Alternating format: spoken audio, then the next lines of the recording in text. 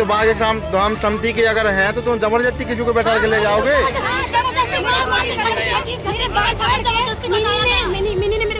कितने बार पकड़े आपके? धीरेन्द्र कृष्ण शास्त्री पर महिलाओं की तस्करी का गंभीर आरोप। बागेश्वर धाम में लड़कियों की तस्करी। 13 लड़कियों को कहां भेजा जा रहा था? लखनऊ विश्वविद्यालय के हिंदी विभाग के एसोसिएट प्रोफेसर रविकांत चंदन ने विवादित बयान दिया है। उन्होंने सोशल मीडिया पर पोस्ट कर आरोप लगाया कि धीरेन्द्र शास्त्री महिलाओं की तस्करी करते हैं। क्या बागेश्वर धाम बाबा करते हैं महिलाओं की तस्करी? क्या धर्म की आड़ में धीरेन्द्र शास्त्री चला रहे हैं घिनौना कारोबार? दोस्तों, इस समय ये न्यूज बहुत ही तेजी से वायरल हो रही है, जहां एक प्रोफेसर ने यह दावा किया है कि धीरेन्द्र शास्त्री महिलाओं की तस्करी करते हैं। और ये कोई पहला मामला नहीं है, बल्कि अनिरुद्ध आचार्य जी से लेकर विराट कोहली के गुरु प्रेमानंद महाराज जी तक हर कोई विवादों में घिरा हुआ है। दोस्तों, लखनऊ विश्वविद्यालय के प्रोफेसर रविकांत चंदन ने बागेश्वर धाम के धीरेन्द्र शास्त्री पर सीधा सीधा आरोप लगाया है कि वह महिलाओं की तस्करी में लिप्त हैं। जी हां, आपने सही सुना, महिलाओं की तस्करी। क्या यह सिर्फ एक सनसनीखेज बयान है या इसके पीछे कोई गहरी सच्चाई छिपी है? मध्य प्रदेश के छतरपुर में एक एम्बुलेंस में 13 महिलाओं को जबरन ले जाते पकड़ा गया और इस पूरे मामले में बागेश्वर धाम का नाम सामने आ रहा है। तो क्या है इस कहानी का सच? मेरे यानी कि अपने दोस्त फैक्ट मंत्रा के साथ वीडियो के अंत तक बने रहें, क्योंकि आज जो सच्चाई हम आपको बताने वाले हैं उसे सुनकर आपका दिमाग हिल जाएगा। लेकिन हाँ, वीडियो शुरू करने से पहले एक छोटी सी रिक्वेस्ट है दोस्तों। जैसा कि आप जानते हैं, विवादों का बाजार गर्म है। एक तरफ अनिरुद्ध आचार्य जी महिलाओं के बारे में बोलते हैं कि 25 साल की लड़कियां 4 जगह मुंह मार चुकी होती हैं, क्योंकि अब लड़कियां लाते हैं 25 साल की। अब 25 साल की लड़की 4 जगह वो मुंह मार चुकी होती है, सब नहीं पर बहुत। और वो 25 साल की जब तक आती है तो पूरी जवान होके आती है। जब जवान होके आएगी तो स्वाभाविक है कि वो अपनी जवानी कहीं ना कहीं तो वो उसकी जवानी फिसल जाएगी। तो वहीं भगवान का रूप समझे जाने वाले प्रेमानंद जी महाराज की कहीं बात भी काफी वायरल हो रही है, जहां उन्होंने बोला था कि आजकल केवल 100 में से 2-4 ही ऐसी लड़कियां हैं जो पवित्र रहती हैं, वरना बाकी गर्लफ्रेंड बॉयफ्रेंड के चक्कर में पड़ जाती हैं। लड़के लड़कियां 4-4 रिश्ते बना रहे हैं। ऐसे ही लोग शादी के बाद संतुष्ट नहीं रह पाते। अच्छे आएंगे कैसे? आजकल बच्चों और बच्चियों के चरित्र पवित्र नहीं है, तो अच्छे कैसे आएंगे? हमारी माताओं बहनों के पहले रहन सहन देखो। बूढ़ी, हम अपने गांव की बता रहे हैं, बूढ़ी थी पर इतने से नीचे, और आज बच्चे बच्चियां कैसी पोशाकें पहन रहे, कैसे आचरण कर रहे हैं। एक लड़के से ब्रेकअप, दूसरे से व्यवहार, फिर दूसरे से ब्रेकअप, फिर तीसरे से व्यवहार, और व्यवहार व्यभिचार में परिवर्तित हो रहा है। कैसे शुद्ध होगा? मान लो हमें 4 होटल के भोजन खाने की जबान में आदत पड़ गई है, तो घर की रसोई का भोजन अच्छा नहीं लगेगा। जब 4 पुरुष से मिलने की आदत पड़ गई है तो एक पति को स्वीकार करने की हिम्मत उसमें नहीं रह जाएगी। ऐसे ही जब 4 लड़कियों से व्यभिचार करता है तो वो अपनी पत्नी से संतुष्ट नहीं रहेगा। ऐसे में दोस्तों, जब से उनकी यह वीडियो वायरल हुई तब से सोशल मीडिया में टहलका मच गया। लेकिन धीरेन्द्र शास्त्री ने तो अलग ही बवाल मचा दिया है, जहां वो सीधा महिलाओं की तस्करी के इल्जाम में फंस चुके हैं। जी हां दोस्तों, यह कहानी शुरू होती है 28 जुलाई 2025 की रात से, जब मध्य प्रदेश के छतरपुर जिले के लवकुश नगर थाना क्षेत्र में एक चौंकाने वाली घटना ने सबको हिलाकर रख दिया। रात के अंधेरे में डायल 100 की टीम को सूचना मिली कि एक एम्बुलेंस में पतिमूंड महिलाओं को जबरन ले जाया जा रहा है। पुलिस ने तुरंत एक्शन लिया और पठा चौकी क्षेत्र में इस एम्बुलेंस को रोक लिया। जब पुलिस ने गाड़ी की तलाशी ली तो जो सामने आया वो किसी के लिए भी हैरान करने वाला था। 13 महिलाएं डरी सहमी एम्बुलेंस में सवार थीं। इन महिलाओं ने जो बयान दिया उसे सुनकर हर कोई सन्न रह गया। उनका कहना था कि उन्हें धमकी दी गई, उनके बाल पकड़कर जबरन इस एम्बुलेंस में बिठाया गया और उन्हें महोबा रेलवे स्टेशन ले जाया जा रहा था।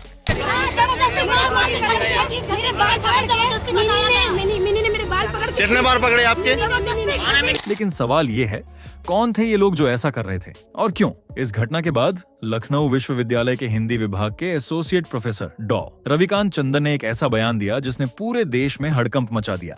उन्होंने सोशल मीडिया प्लेटफॉर्म एक्स पर 2 पोस्ट किए। पहली पोस्ट में उन्होंने सरकार को अमेरिका के भारत पर टेरर फंडिंग के आरोपों को लेकर घेरा, लेकिन दूसरी पोस्ट ने आग लगा दी। उन्होंने साफ साफ लिखा, धीरेन्द्र शास्त्री धर्म की आड़ में महिलाओं की तस्करी कर रहे हैं। इसकी गहन जांच होनी चाहिए और अगर दोषी पाए गए तो उन्हें फांसी की सजा मिलनी चाहिए।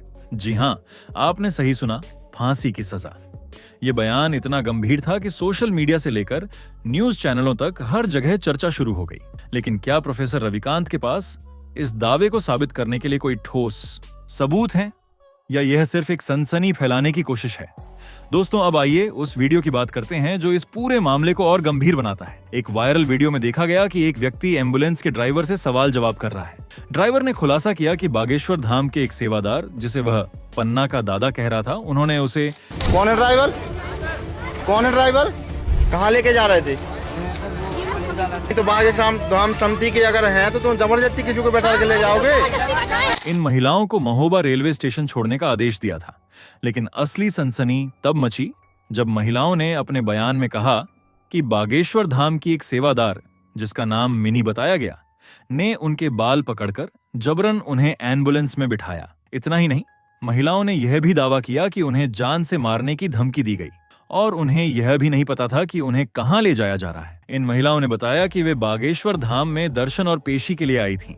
लेकिन सवाल ये उठता है कि अगर ये महिलाएं दर्शन के लिए आई थीं, तो फिर उन्हें इस तरह क्यों ले जाया जा रहा था? क्या इसके पीछे कोई बड़ा खेल चल रहा था?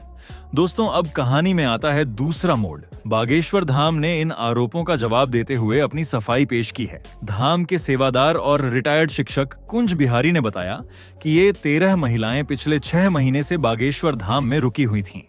उनके ऊपर चोरी, चैन स्नैचिंग और अन्य संदिग्ध गतिविधियों के आरोप थे। कुंज बिहारी का कहना है कि धाम में पिछले कुछ समय से ऐसी घटनाएं बढ़ रही थीं, जिसके चलते करीब 70 से 80 लोगों को निगरानी में रखा गया था। 2 दिन पहले एक मीटिंग में इन लोगों को समझाया गया कि गुरुजी यानी धीरेन्द्र शास्त्री विदेश में हैं और उन्हें अपने घर वापस चले जाना चाहिए। लेकिन जब ये लोग 2 दिन बाद भी नहीं गए, तो धाम की ओर से उन्हें गाड़ियों से रेलवे स्टेशन भेजने का इंतजाम किया गया। धाम के सेवक कौन से धाम पे? बागेश्वर धाम गढ़ा। अच्छा, किस पद पर है वहाँ पर सेवक? कोई पद लिए है, क्या लिए? नहीं, सेवक ही।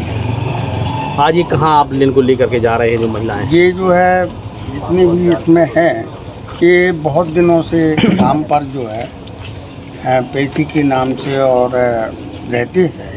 इनको कई बार समझाइश भी थी, क्योंकि धाम पर चोरियां बहुत हो रही थी और ये लोग जो है कम से कम, ये तो इतने हैं, कम से कम 70-80 व्यक्ति हैं जिनको निगरानी में रखा गया है। उनमें से ये लोगों को हम लोगों ने मीटिंग ली, परसों मीटिंग लेके इन लोगों को समझाया कि आप 2 दिन का समय है, आप लोग अपने अपने घर जाइए। गुरुजी अभी विदेश में है, अभी उनको किसी करना नहीं है, लेना नहीं है।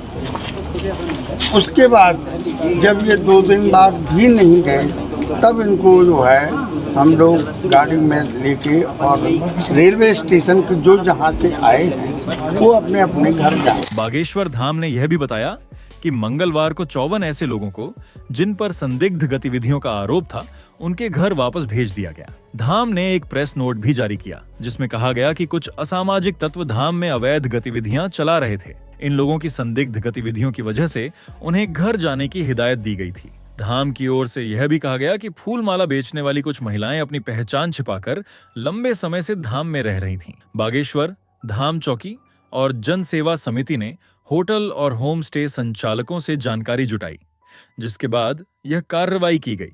अब सवाल यह है कि पुलिस ने इस मामले में क्या किया। लवकुश नगर के टीआई अजय अंबे ने बताया कि पूछताछ में सामने आया कि ये महिलाएं पिछले 6 महीने से बागेश्वर धाम में रह रही थीं। उन पर चोरी और अन्य अपराधों के आरोप थे। हालांकि पूछताछ के बाद इन महिलाओं को छोड़ दिया गया। यह बात कई सवाल खड़े करती है। अगर इन महिलाओं पर इतने गंभीर आरोप थे तो उन्हें छोड़ क्यों दिया गया? और अगर यह सिर्फ घर भेजने की बात थी, तो फिर महिलाओं ने धमकी और जबरदस्ती के आरोप क्यों लगाए? क्या पुलिस ने इस मामले की पूरी गहराई से जांच की या यह सिर्फ सतही कार्रवाई थी? दोस्तों, अब आइए उस शख्स की बात करते हैं जिन्होंने इस पूरे मामले को हवा दी, प्रोफेसर रविकांत चंदन। ये पहली बार नहीं है जब रविकांत किसी विवाद में शामिल हुए हैं। सूत्रों के मुताबिक 2 महीने पहले उन्होंने सोशल मीडिया पर लिखा था कि मुस्कान और सोनम रघुवंशी जैसी महिलाएं संघीय विचारधारा की उपज हैं। इस बयान को लेकर हसनगंज थाने में उनके खिलाफ शिकायत भी दर्ज की गई थी, क्योंकि यह बयान राष्ट्रीय स्वयंसेवक संघ यानी आरएसएस पर निशाना साधता था। इसके अलावा 2022 में काशी विश्वनाथ ज्ञानवापी मामले में भी रविकांत ने विवादित टिप्पणी की थी, जिसके बाद छात्रों ने उनके साथ मारपीट तक की थी। इस घटना में एक छात्र को यूनिवर्सिटी से निष्कासित भी किया गया था। प्रोफेसर रविकांत का कहना है कि वो अपने बयान पर कायम हैं। उन्होंने कहा, मैंने जो पोस्ट किया वह मैंने सोच समझकर किया, लेकिन सवाल यह है कि क्या उनके पास धीरेन्द्र शास्त्री के खिलाफ इतने गंभीर आरोप लगाने के लिए कोई ठोस सबूत है, या यह सिर्फ सुर्खियां बटोरने की कोशिश है? उनके पिछले विवादों को देखते हुए कई लोग उनके दावों पर सवाल उठा रहे हैं। यह मामला अब सिर्फ छतरपुर या बागेश्वर धाम तक सीमित नहीं रहा। सोशल मीडिया पर यह आग की तरह फैल चुका है। एक्स पर कई पोस्ट्स में लोग इस मुद्दे पर अपनी राय दे रहे हैं। कुछ लोग धीरेन्द्र शास्त्री के समर्थन में खड़े हैं और कह रहे हैं कि यह उनके खिलाफ साजिश है। वहीं कुछ लोग प्रोफेसर रविकांत के बयान का समर्थन कर रहे हैं और कह रहे हैं कि इस मामले की गहरी जांच होनी चाहिए। लेकिन सच्चाई क्या है? क्या यह सिर्फ एक गलतफहमी है या इसके पीछे कोई बड़ा रैकेट चल रहा है? दोस्तों, इस पूरे मामले के कई बड़े प्रभाव हो सकते हैं। अगर प्रोफेसर रविकांत के आरोप सही साबित हुए तो यह धीरेन्द्र शास्त्री और बागेश्वर धाम की छवि को भारी नुकसान पहुंचा सकता है। लेकिन अगर ये आरोप निराधार निकले तो रविकांत के खिलाफ मानहानि का केस हो सकता है। इसके अलावा यह मामला धार्मिक भावनाओं को भी आहत कर सकता है, क्योंकि धीरेन्द्र शास्त्री के लाखों अनुयायी हैं जो उन्हें एक आध्यात्मिक गुरु मानते हैं। सोशल मीडिया पर पहले से ही लोग दो खेमों में बंट चुके हैं। कुछ लोग इसे धार्मिक साजिश बता रहे हैं तो कुछ लोग इसे सामाजिक अपराध से जोड़ रहे हैं। ऐसे में यह जरूरी है कि पुलिस और संबंधित अधिकारी इस मामले की निष्पक्ष जांच करें ताकि सच सामने आ सके। दोस्तों, अब हम इस कहानी के उस मोड़ पर आ चुके हैं जहां हमें कुछ गंभीर सवालों का जवाब ढूंढना है। पहला सवाल, क्या वाकई बागेश्वर धाम में कुछ गलत हो रहा है या यह सिर्फ एक गलतफहमी का नतीजा है? दूसरा सवाल, प्रोफेसर रविकांत ने इतना बड़ा आरोप क्यों लगाया? क्या उनके पास कोई ठोस सबूत है या यह सिर्फ उनकी पुरानी आदत है विवादित बयान देकर सुर्खियां बटोरने की? और तीसरा सवाल, पुलिस ने इस मामले में इतनी जल्दी क्यों कार्रवाई बंद कर दी? क्या यहाँ कुछ छिपाया जा रहा है? दोस्तों, ये कहानी अभी खत्म नहीं हुई है। ये एक ऐसी घटना है जो सच और झूठ के बीच उलझी हुई है। एक तरफ प्रोफेसर रविकांत का गंभीर आरोप है तो दूसरी तरफ बागेश्वर धाम का स्पष्टीकरण। सच क्या है ये तो जांच के बाद ही पता चलेगा, लेकिन इतना तय है कि यह मामला अभी और तूल पकड़ेगा। हमारी आपसे अपील है कि इस मामले पर अपनी राय बनाएं, लेकिन तथ्यों को सामने रखें। बिना सबूत के किसी पर भरोसा न करें और न ही किसी को दोषी ठहराएं। अगर आपको यह वीडियो पसंद आई तो इसे अपने दोस्तों और परिवार के साथ शेयर जरूर करें। हमारे साथ जुड़े रहें क्योंकि हम आपके लिए ऐसी ही शानदार वीडियोस लाते रहेंगे। बाकी इसी तरह की वीडियोस को देखते रहने के लिए चैनल को सब्सक्राइब करना ना भूलें। धन्यवाद। और हाँ, हम फिर मिलेंगे एक नई वीडियो के साथ। तब तक जय हिंद, जय भारत। दोस्तों, आपके स्क्रीन पर दो और वीडियो दिख रही हैं, जिसे देखने के लिए आप स्क्रीन पर क्लिक करें। दोनों देखिएगा, बहुत अच्छी वीडियो बनी है।